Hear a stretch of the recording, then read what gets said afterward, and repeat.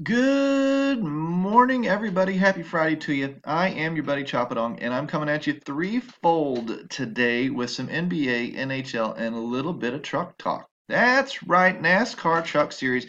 Something that the DFS Army has incorporated projections, research station, all sorts of numbers to. I can't show you because qualifying's not obviously over yet. If you're a NASCAR fan, though, we have Xfinity, we have Cup Series, and we have trucks. And the truck bit happens fast. You've got about a 3 hour window to turn it around, and we've got the projections and the research all up and loaded the minute qualifying stops. Bing! We turn around, we turn it over to you, and we set you loose with a dominating edge. Our NASCAR product this year has been absolutely crushing. If you're looking to get into NASCAR, hockey, baseball, basketball, any of the sports that we cover inside DFSArmy.com, I recommend you head down to the comment section, use the code CHOP, CHOP, for the 20% off discount when you click the link, DFSArmy.com. Because, of course, that's who we're sponsored by here on DFS Diary, and I'm your buddy Choppadong. You're staring at my Twitter page, and I want to show you, while I do like to eat a lot of chalk, I'd really rather tell you about March sweeps because we're going to draw tonight. Last chances to get in. We're going to start April sweeps here soon.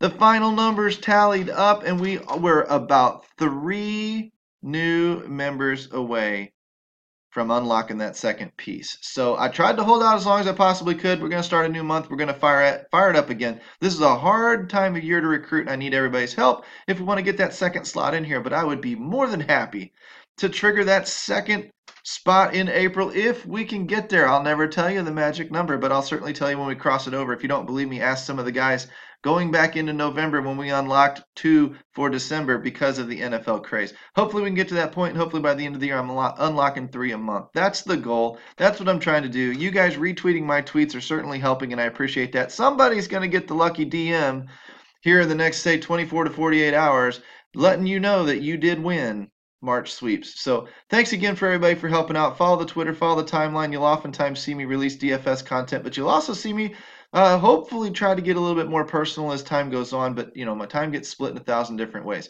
Let's dive in before we get way too off track. Go to the Fanduel and One page for you NBA hoop heads and get you rocking and rolling. We sort by the and one. We click on the point guards. What are we looking at tonight? 1, 2, 3, 4, 5, 6, 7 game slate. And we organize those point guards by the overall matchup. If you've never followed me before, the and one matchup system takes a bunch of things into account. Home and away splits, recency, historical numbers, DVP, how the guy is shooting lately, the volume at which he's shooting, the points that he's scoring, and more. Throws him into an overall matchup rating. Rated from about 30-somethings, the highest I've seen, down into the negatives. We focus on 10 or above. And we start writing these names down. Kyrie Irving, Kemba Walker, Darren Fox, Trae Young, Bledsoe, Johnson, if he starts, Damian Lillard, Chris Dunn, Elfrid Payton. These are the guys that we're focused on tonight. We're going to slip on over here to the value category, and we're going to notice that Darren Fox becomes a 2-star athlete because he also hits the projection ceiling at a high enough value over 5x. You can do this exact same thing over on DraftKings. You just click the DraftKings link, open it up, make sure you include everybody who's point guard eligible, and rock and roll. It works just the same. 4.8 probably not, but close. 5.0, Chris Dunn might be a 2-star athlete, being his adjustment, his and one is over a 10. Then I come down into the pure value guys, and I might look at a Rajon Rondo tonight. I might look at a Landry Shamet. Don't know how to pronounce these names. Don't care to pronounce these names. I'm not in their will. The way I'm looking at things, though, tonight, those are my value plays. We're going to scroll on over a little bit to the hot or nots. Does anybody hit that? Tyler Johnson, hot. Trae Young, hot. Eric Bledsoe, hot. Maybe a little Darren Fox. Might qualify him as more or less a core play. 8 for Elfrid Payton, hot. Beverly, hot. So when I scroll over just a smidge, because I went too far, and start looking for who's hot, maybe Darren Fox is hot and bringing value, and you know he's high on the and one matchups. He may be a 3-star athlete. Here's a second one. Not hot, though. And down here, Rajon Rondo. Not hot. So it looks like an interesting position tonight. We might be focused on the and one guys, a little bit of the value guys, but we might definitely be focused on Darren Fox tonight when it comes to the point guards. Kick to the shooting guards. Take a peek over there. As we wait for this number to, got a little deeper. Once the position gets a little bit deeper, we know we can pay down a little bit. So maybe a Bogdanovich becomes somebody worth it. with a little bit of the 11.4. Uh-oh, there's a little bit of value. We'll have to check him on the hot or not. But we look at Drew Holiday, Levine, Booker, Russell, Williams, Bogdanovich, Jaylen Brown, Chris Middleton, our buddy, and Bradley Beal. Kind of round out the top options in the and one matchup. Doesn't mean any of these guys down here can't perform. If you see one down here at 5.7 like a Hoyter and you want to take a shot on him, absolutely do it. Could be a drop score candidate for you over on Fanduel tonight. He's cheap over on DraftKings as well. You might want to look at something like his last 3 to 5 game average. 5-game average, where's Hoyter down here? 15 and 20, not so good. Not hot. Not so good. Probably not somebody I'd be focused on outside of maybe a little bit of drop over on Fanduel, but that's about it. Drew Holiday, let's see where the value's kicking. Oh, it's kicking down here on Bogdan, and he's hot. Looks like a core play, good value, solid value. When I say value, guys, I don't necessarily mean super cheap. I mean a guy who's underpriced for his productions. He's on sale. He's a discount. He's bringing you value. Because that's really what DFS lineup construction is all about, especially in your cash games. My goal is to get max production for the cheapest price. And I know that's common sense, but not everybody focuses on it. If you focus on it, your lineup building process will get better. Don't start by, I need James Harden and I need Russell Westbrook and I need Kevin Durant tonight. No. Lock in your big value. Lock in a Bogdanovich. Lock in a De'Aaron Fox. Lock in a couple. If we find a good punt score, lock them in first. Free up all that extra salary and then go buy your raw points and your studs at the end of your building process. I see so many VIPs questioning, hey, I need like in hockey, I need a defenseman for 2,800 on DraftKings. Who's good there? Nobody. Nobody. That's why they're 2,800. You need to stop that shit earlier in your building process. You need to see it coming. Feel it coming and thwart that punt at the end. Get yourself about halfway through your process. If you're a hockey dude, you start building around a stack. You like to stack. Now, go for your value. Don't save it for the end. Go for the value. Well, then I can't get a good second stack. Okay, then you can't. Go get that good value, and then at the end of your process, be picking from studs. Be picking from Anthony Davis or Giannis because you've got the money left over to do it. Don't be picking from Kevin Hoyter because you have to. You wonder why you're redepositing? There's my tip for you today. That's one of the reasons. Stop building from the top down and start building from the bottom up. Got all sorts of videos out there if you want to watch more videos. Go to the YouTube channel and search bottom up and you'll find a couple of them.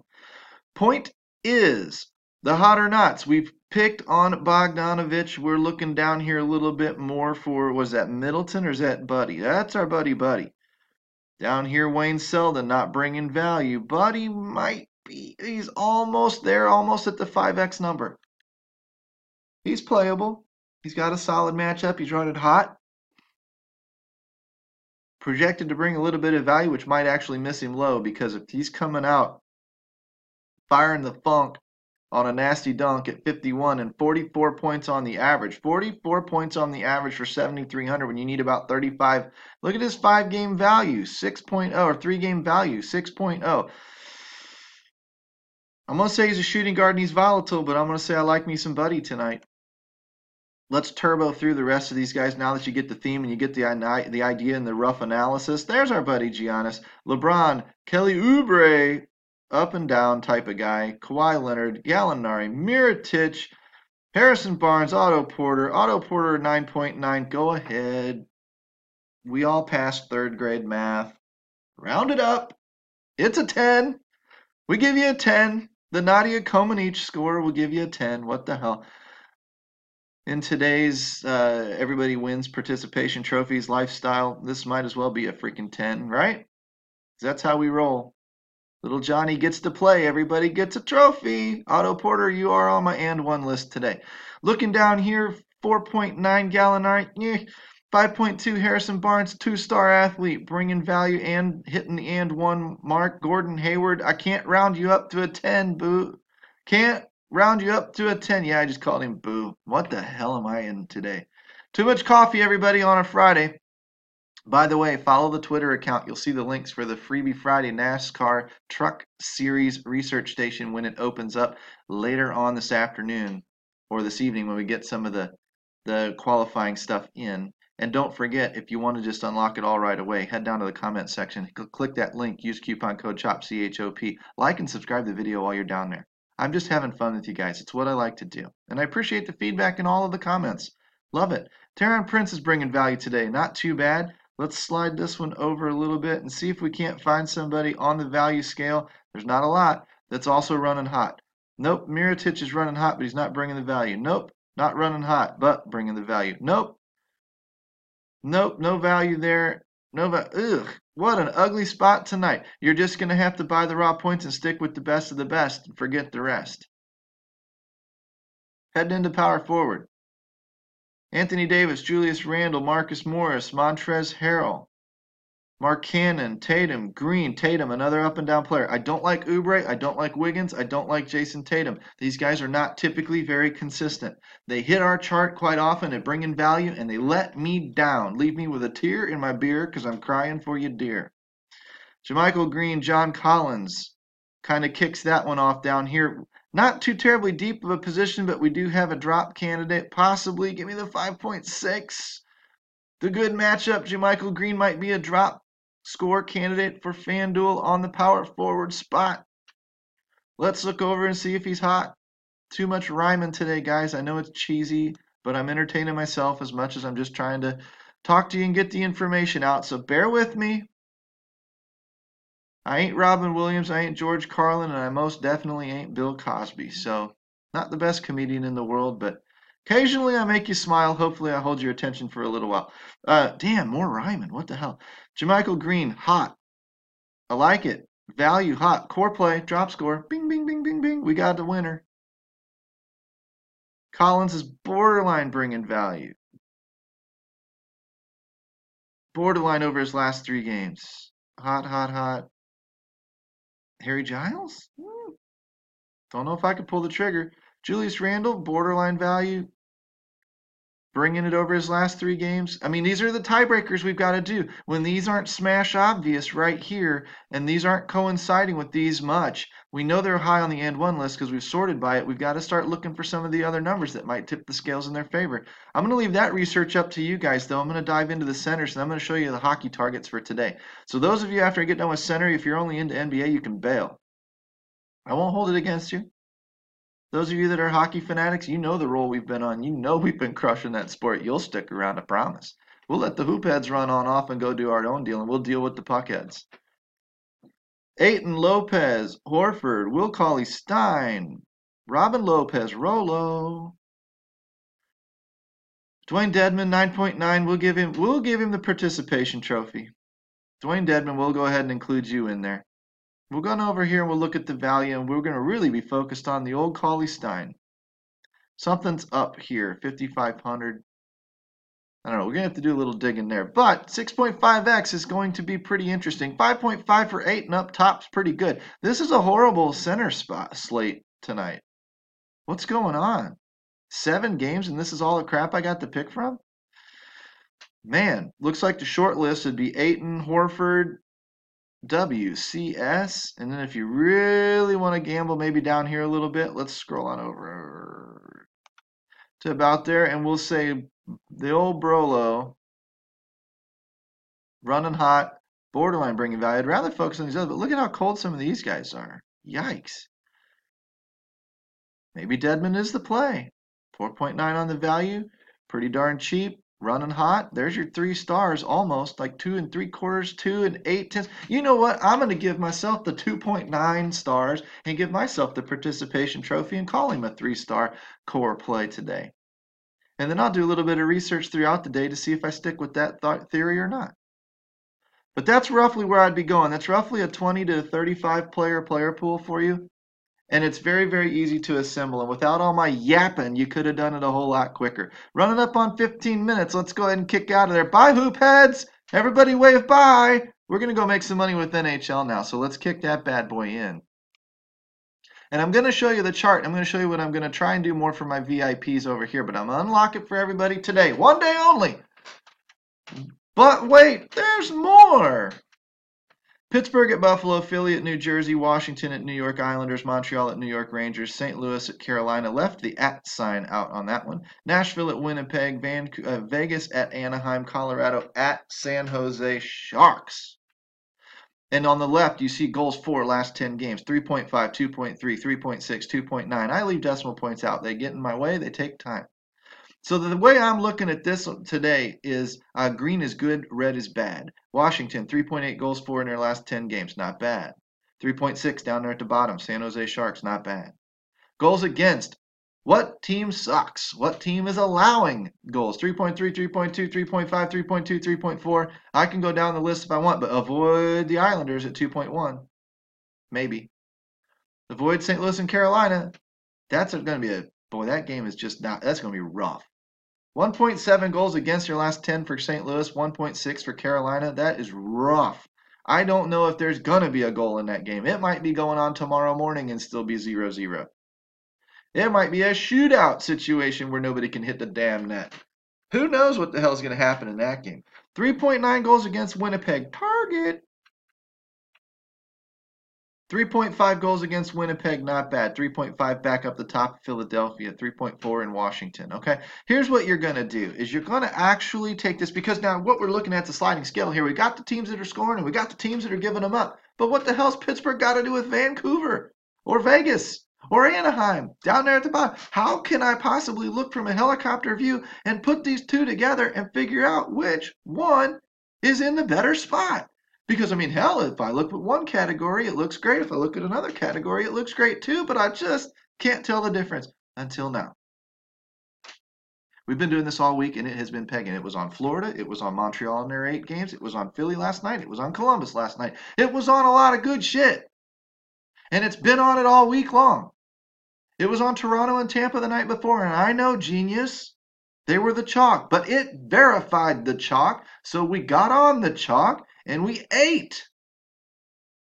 And it's going to happen again tonight. It's been this is a weird one for you tonight. I promise you, you are going to think I done lost my mind if you haven't already thought it, which really you should be thinking it, because I probably have. But watch this. What we do is we take Pittsburgh and we add their goals for to Buffalo's goals against. Because doesn't that make sense? We want a team scoring a lot of goals going up against a team giving them. Add it up, dude. 6.7 for a 67. The magic just happened. 2.3 goals for not scoring, going against 3.3, kind of allowing, gives us a 5.6, mediocre. Stands to reason, right? They should get a little bit of a boost off this. They're playing a little bit weaker defense, but they can't score themselves, so they're not going to tear the slate up necessarily. Wow. Mind blown. Right? It's really, really simple, so we don't even need to watch this too much anymore. We're watching this. 67, get on them. 68, get on them. 65, probably get on them. 60, you want your tournament, you want your chalk, Philly and Pitt. I mean, everybody's going to be on Pittsburgh. I love Crosby, I love Malkin, yeah, well, they might not be in the best spot tonight, but they're in a pretty good one compared to what the slate has to offer. I've seen this number as high as 8.1. If I saw an 8.1 tonight, I'd be on that like stink on shit. And I'd be off of Pittsburgh for the most part. Because it's just the other matchup would be so much better. But tonight, we have only these two up there towards the top. And last night, 68 was Florida. Tops on the slate. So get your butts on some Philly tonight. Because even though they're on a back-to-back night and they're facing New Jersey, they're in the better spot. Odds are they're going to be okay. Now, will they every night? No! But most nights, this matchup tells you they should be scoring near the top of the slate if we ran the slate 100 times. Pittsburgh, too. Now, if that's where everybody else is going to see, everybody else is going to go, what do you do for your tournaments? You want to get off that chalk a little bit. You still want to be in a good spot, but you want to get off the chalk a little bit. So you might consider New Jersey. You might consider New York Islanders or Montreal. What? What did that dude just say? Did he seriously just say the New York Islanders? Yes, I did. 3.1 goals lately. Yeah, they scored 6 last night. But 3.1 goals lately in their last 10. And facing Washington, giving up 3.4. It adds up to a 6.5, which just happens to be one of the tops on the slate. Montreal 3.2 going up against New York Rangers 3.3 gives us a 6.5, and New York ain't bad either. Come on down here, you'd be thinking, well, San Jose's balls out. No, 62. I'm sorry, 57, because Colorado ain't giving up goals lately. They were a target 2 weeks ago. They ain't anymore. You need to take that into consideration. You need to be following. This is why we don't follow season numbers. Season numbers don't mean shit anymore. What'd that guy do in October? Who cares? He ain't doing it now. He's probably been hot and cold 2 times or 3 times since. Ride the hot hand. Go ahead, game log chase. You'll hear all the experts tell you, don't game log to my ass. Game log hunt your balls off. You will find stuff when you go hunting through game logs. I think they tell you that because they don't want you to do that, damn liars. Anywho, matchup score. Those are your targets. These are your tourney targets. These are your chalky cash targets. Maybe a little outside consideration to Colorado, being that San Jose gives up goals too. Sort of. PPMU, that is proprietary information to my VIPs only. I ain't telling you in a video. They ask me in the chat rooms all the time. I've defined it about 20,000 times over the past 3 days. I will keep defining it 20,000 times more. If you want to know what that little indicator tells you, you got to be a VIP. And go down in there, click the link, and hit the CHOP, coupon code CHOP. If I told you that 3 times yet, I think it just did. But down here, Anaheim's in a great PP matchup. Buffalo's in a great PP matchup. What's it mean? Only we know. And it'll surprise you. SCA score and HD score are 2 things I'm going to try and give to my VIPs also. That's why the black borderline's in there. I'll give all of this away for free. You can just trust, if you're not going to be a VIP, you can just trust PPMU. Low number is good, green is good, red is bad. And what you're really looking for is the green to match up with a bunch of green over here. And we don't really see it. Maybe Washington. This is an odd one with a bunch of reds and then a green. That's weird. But it is what it is. Sometimes they line up. Sometimes the stars line up. Sometimes they don't. But SCA score is scoring chance score. It shouldn't be SCA. It should just be SC. Scoring chance. I look at the SCF and SCA 60s, and I do the same thing I do with GF and GA. I add up the SC4, and I add up the SC against for the opponent. I add the 2 together, and I get a 49 for Pittsburgh. That's not good. That means Pittsburgh's not in a great scoring chance. Buffalo's just not giving a lot of scoring chances, and Pittsburgh's just not getting a lot of them lately. So this number is a little bit odd. They've been putting that biscuit in the basket, and they've got a good matchup score based on goals allowed, but it's not a great scoring chance. So they're going to have to be remarkably efficient tonight if they're going to score and hold up to this, which gives me a little bit of pause. Buffalo's in a better spot. Buffalo's in a better scoring chance spot and a decent high danger is what HD stands for, high danger scoring spot. Maybe they should be a contrarian tournament play. Guess you're going to have to find out in the Game Break article that comes out here in a little while. Probably a few hours away. 52's not great. It's not bad. It's better in Pittsburgh. But here's our 2 chalk guys, and they don't have stellar matchups here, which tells me I need to be thinking a little bit about who's producing on the team. Maybe not take heavy stacked exposure. Maybe I'll take a stack, but I'm not. I will definitely be spreading out across my MME stuff, which I will tell you, MME is the new cash games. Learn to do it. You got some good quarter contests. You can grind up 5 max and 20 max dollar contests and things. You can make it work. Learn to do it. You put out 10, 20, 30 lineups in a night. They aren't all going to fail. Some are going to cash. You're going to get something back. And that's why people play head-to-heads. They play head-to-heads. I'm going to throw 100 head-to-heads out there because, by God, I'm not going to lose it all. Correct. Guess what? I throw out 50 quarter lineups and I'm not going to lose it all. Correct. But in head-to-heads, you can run 1,000 of them and sweep them all and only make $900 profit. And I know $900 is great, but not when you put $1,000 out. Get it out 1,000 and bring 1,900 back? You had a 1 out of 1,000 person lineup that beat them all. And you didn't even double your money. That's dumb. That's old school, antiquated, obsolete, dumb. You need to be incorporating contests with upside. All the time. All the time. Don't be so scared that you're going to lose it all. If I ran 10 slates, I'm not going to lose it all. I'm going to win some along the way.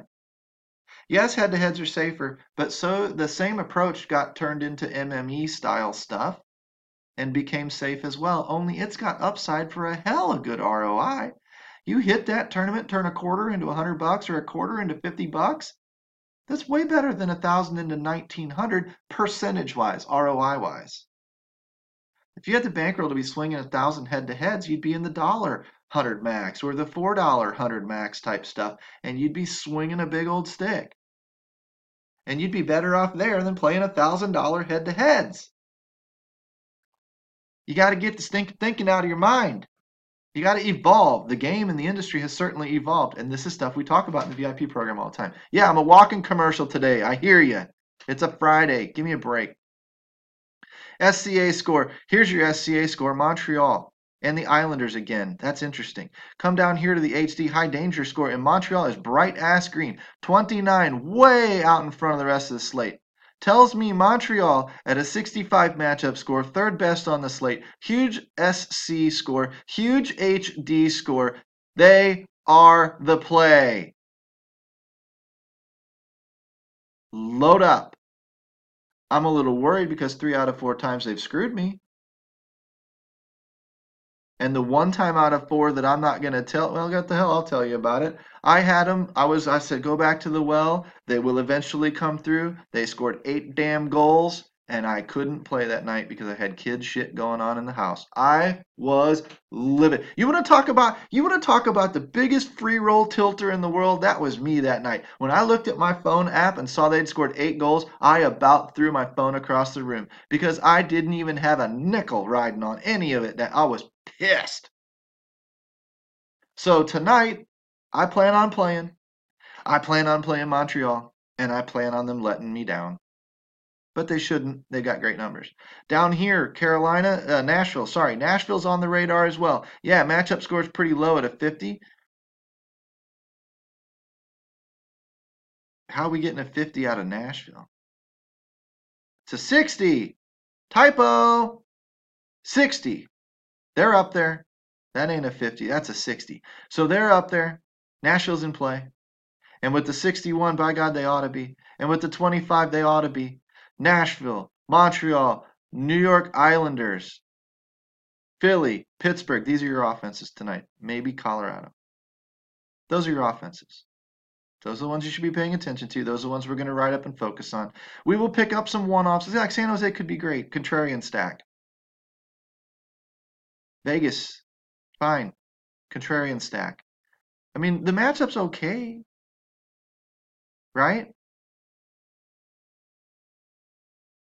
Anaheim's not giving up a ton of goals. My bad. I'm getting lost. We need to bow out of here. I need to turn you loose. You got some targets. Pittsburgh and Philly if you want to go old school. Throw in some New York, some Montreal, and some Nashville if you want to go new school and use these numbers over here because they're in play. Sorry for missing the @ sign. Sorry for the typo and the incorrect addition. Apparently, I didn't pass 3rd grade math. But I'm going to turn you loose. Go become a VIP. Get set up for the free truck series tonight. Get into DFSArmy.com. Like, subscribe, and notify yourself of the videos that are coming out. 30 minutes is a little bit long, but it's a Friday. I haven't done one for a couple of days, and you got 2 sports for the price of 1. Come on back and see me on Monday. Thank you, guys. Take care.